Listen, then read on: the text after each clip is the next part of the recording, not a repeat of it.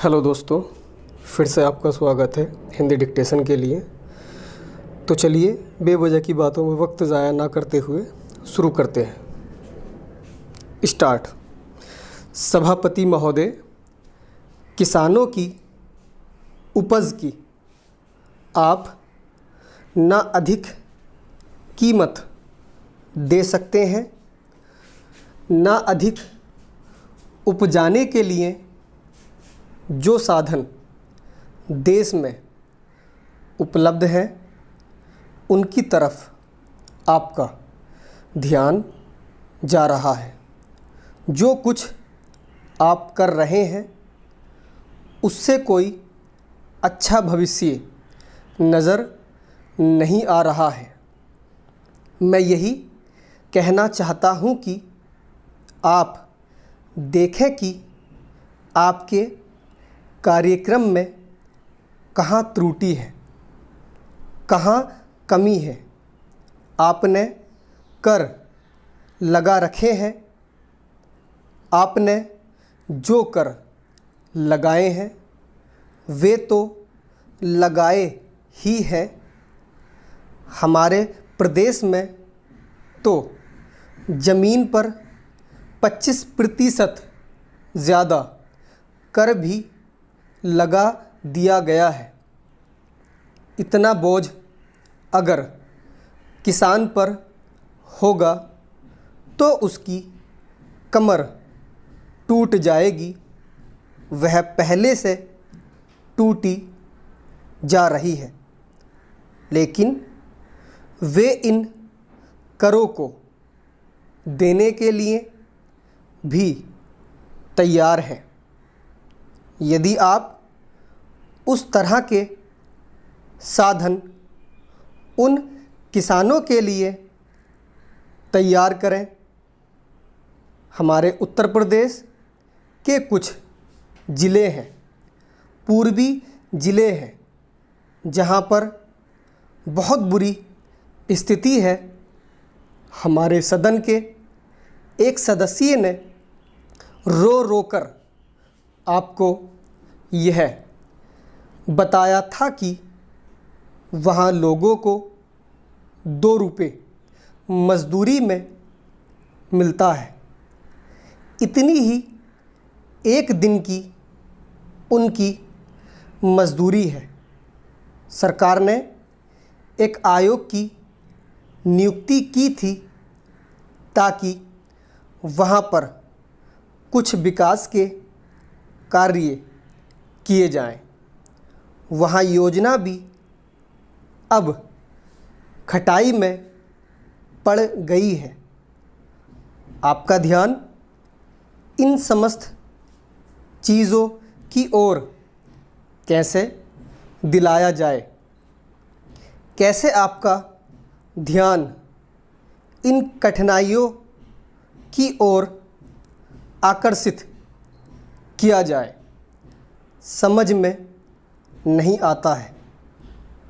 यातायात के साधनों की स्थिति यह है कि ट्रेनों में दूसरे दर्जे में भीड़ भाड़ का कोई ठिकाना नहीं है, उसकी कोई सीमा नहीं है।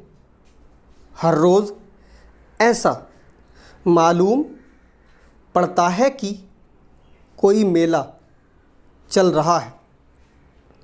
आपके पास अच्छे इंजन हैं, अच्छे गति वाले इंजन हैं, लाइन भी अच्छी है, तो क्यों नहीं दूसरे दर्जे के अधिक डिब्बे लगाए जाते हैं।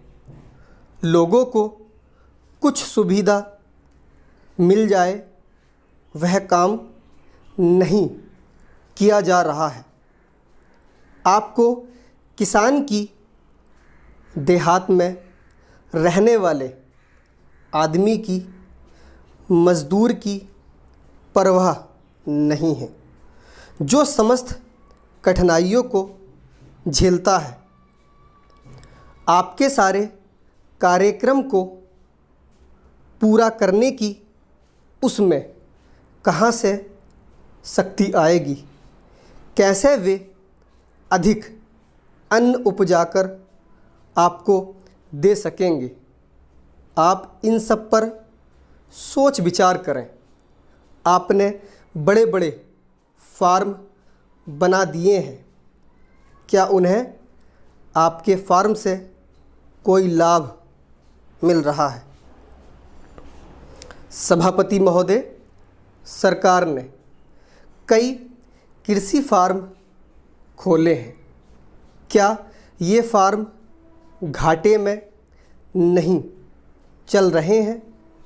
अगर सारे खर्च जोड़ दिए जाएं, बड़े बड़े अधिकारियों के वेतन जोड़ दिए जाएं, तो पता चलेगा कि सारे ये कृषि फार्म घाटे में चल रहे हैं।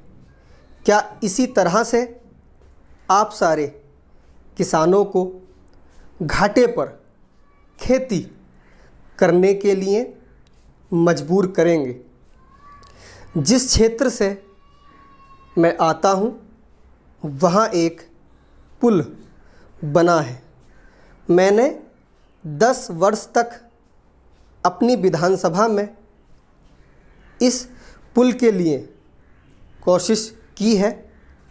जिस दिन से मैं यहाँ आया हूँ, बराबर उसकी चर्चा करता आ रहा हूँ, बराबर कोशिश कर रहा हूँ। मैं कहता हूँ कि गंगा पर वह पुल बने। उस पुल को बनाने का आश्वासन भी मिला था। एक प्रश्न के लिखित उत्तर में यह जवाब दिया गया था। यह कहा गया था कि इसको हाथ में लिया जाएगा। अब मालूम हुआ है कि उस योजना को उठाकर ताक पर रख दिया गया है और यह पुल नहीं बनेगा। इन लोगों ने क्या कसूर किया है, यह मैं आपसे जानना चाहता हूँ। हमारे क्षेत्र के लोगों ने पाकिस्तान की लड़ाई में सरकार को हर तरह का सहयोग दिया था, हर तरह की सहायता दी थी। हमारे यहाँ के नौजवान भी मोर्चे पर जाकर डटे। जिस समय पाकिस्तान के साथ हमारा युद्ध चल रहा था, तो कहीं कोई बात नहीं थी। अन्न की कमी कहीं नहीं थी। अन्न की कमी भी हमारे विरोधी साथी पैदा करते हैं, जो यह चाहते हैं कि सरकार असफल हो जाए। ये लोग जो कहते हैं उसको आप समझें। एक तरफ तो हमारे मित्र की बात है जो देश के बड़े बड़े शहरों में दंगे करवाते हैं, दूसरी तरफ हम हैं जो कि इनकी बातों को समझ नहीं पाते। इनको सभी वे लोग मिल जाते हैं जो बेकार होते हैं या जो दंगे करवाने के लिए उत्सुक हैं। इसलिए सरकार का इन सारी चीज़ों की तरफ ध्यान जाना चाहिए और उसको सोचना चाहिए कि क्या तरीका इन सब से बचने का हो सकता है।